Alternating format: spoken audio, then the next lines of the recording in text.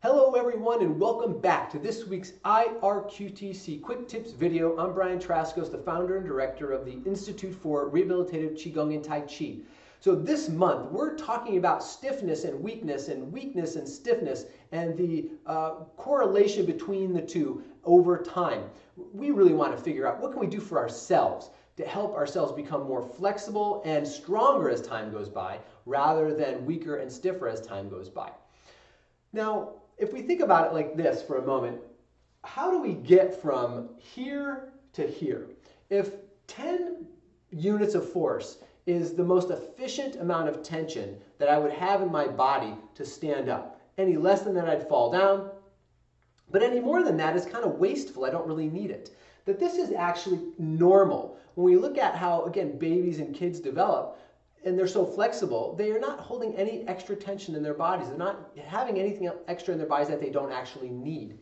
Now, how does it go from here to here over time? How does it creep up to 50 or 60 or 70 or 80 or 90 even? Because that number could come way up here, and then you've barely got any room for functional strength at all. I see this actually quite often in my clinic where I have people come in, like a big burly construction worker come in and be like, oh my God, my back is killing me. Oh, I threw my back out last night. And I'll say, well, what were you doing? And they said, well, I tried to pick up my shoe. I'm like, how heavy is your shoe? I mean, obviously the shoe is like less than a pound or 2 pounds or something. And a big strong guy like that should have plenty of strength in order to pick the shoe up. But he was so close to that level that it barely took any amount of bending over force to picking up force in order to trip him up over the injury mark. And I can laugh about that because I've done that myself. I once had some serious back spasm for a number of weeks from bending over to pick up a piece of paper in my driveway. Now, there was a reason it happened to go out that particular time. I'm going to share that with you in just a second. But that's what can happen when your tension is really high in the system. It doesn't take that much more to trip you up into that injury zone. Now, there's basically 4 reasons why this creeps from here up into here, where we hold more tension than we actually need to be holding at any given time. And here are the 4 reasons.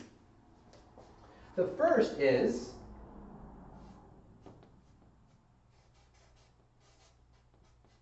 emotional stress. Okay, emotional stress. The next is physical stress. And these are in the order of importance, by the way. Emotional stress, number 1. Physical stress, number 2. Number 3, harsh environments, especially cold. And number 4, some type of environmental toxicity. Those are the 4 reasons why this line creeps up to here over time. Number 1 is emotional stress. Our emotions, especially when, by the meaning of stress, it means we're not processing our emotions well. We're not creating any type of really healthy process around our emotions. In other words, we're storing them.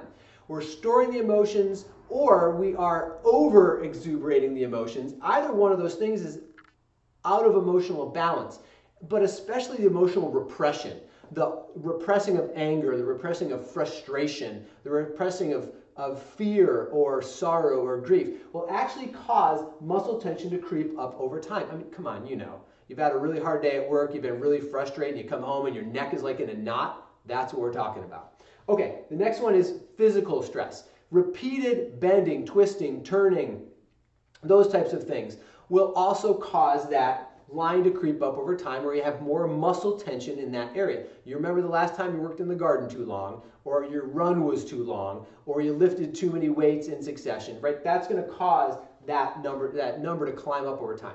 Okay, harsh environments. You ever notice that when you're out in the cold for long periods of time, you start to kind of crimp up a little bit, you start to get tight, you start to protect the front of your body. Muscles get tense over time with that harsh exposure to cold primarily.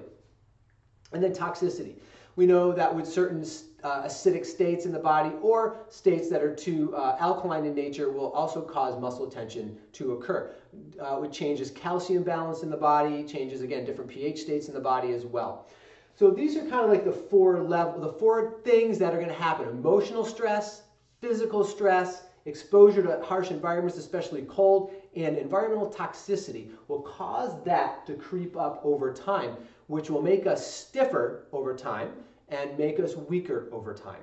So thank you so much again for joining me this week for our IRQTC Quick Tips video. Next week, we actually are going to do some very simple practices to help get this line back down again, creating more flexibility in the system, decreased muscle tension, and ultimately more functional strength. So you have a wonderful week this week, and take good care of yourself, and remember that life becomes the meaning that you give it. Thanks a lot. Have a great week. Bye-bye.